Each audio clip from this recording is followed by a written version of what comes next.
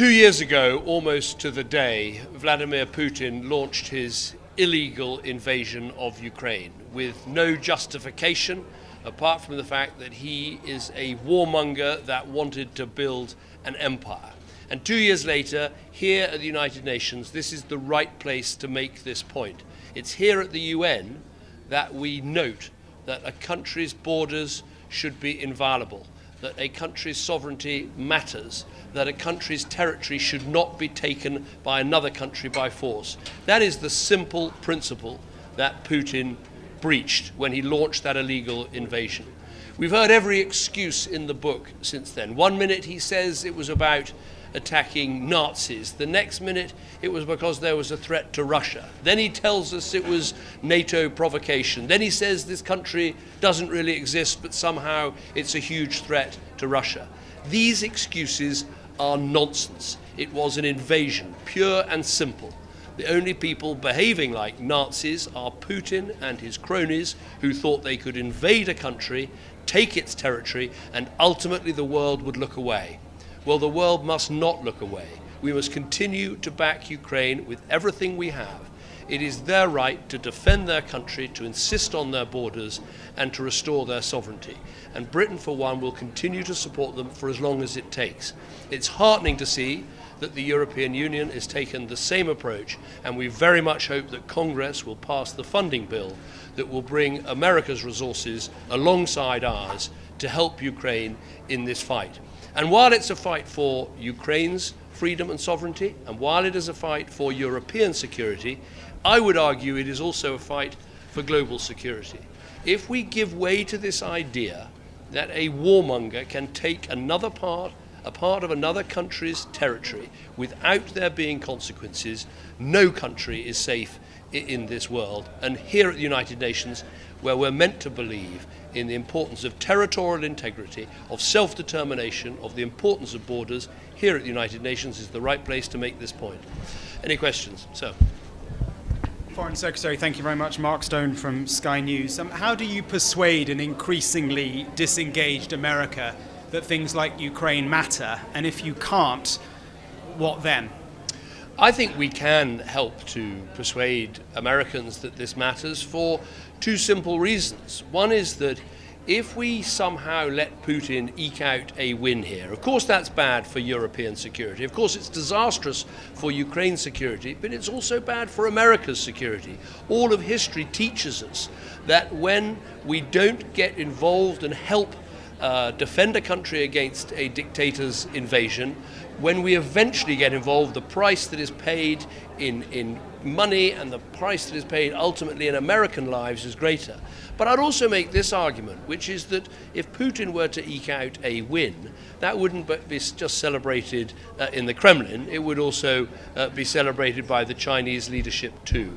Many Americans, many American congressmen care deeply about their security vis-à-vis China, and making sure Ukraine can defend itself and can defend its sovereignty and its territorial integrity is vital in that battle too.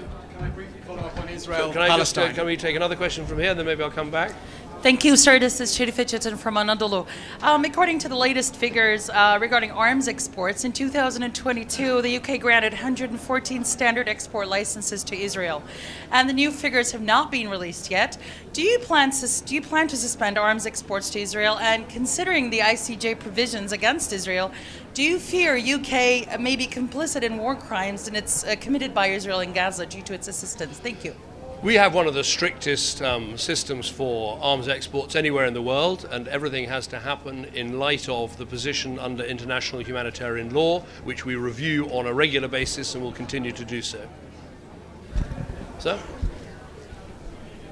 Thank you, Minister. What about the crisis in Ukraine that you're trying here at the Security Council many times to resolve?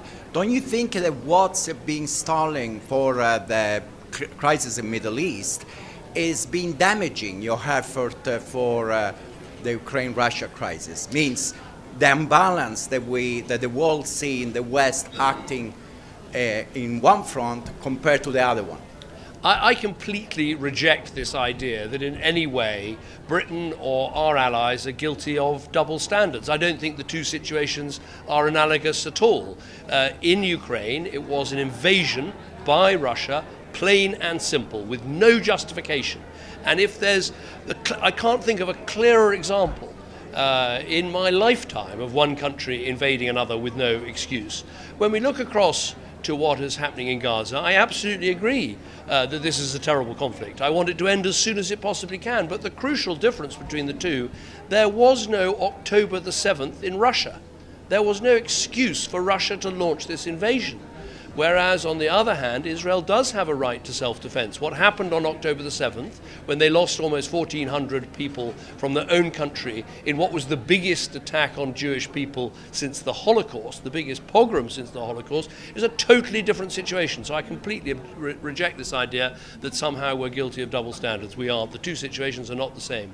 Last question from Sky again. Thank you, Foreign Secretary. If I could follow up on Israel-Palestine, Prime Minister Netanyahu has released a somewhat coherent plan, as he would see it, for the day after. It doesn't seem to chime very much at all with what the Americans or the British or the Europeans want. Well, I think what we need, once we can get this pause, and I hope this pause in the fighting comes as soon as possible, what we need is for the hostages to be released. We need a new Palestinian Authority mandated government, perhaps a technocratic government.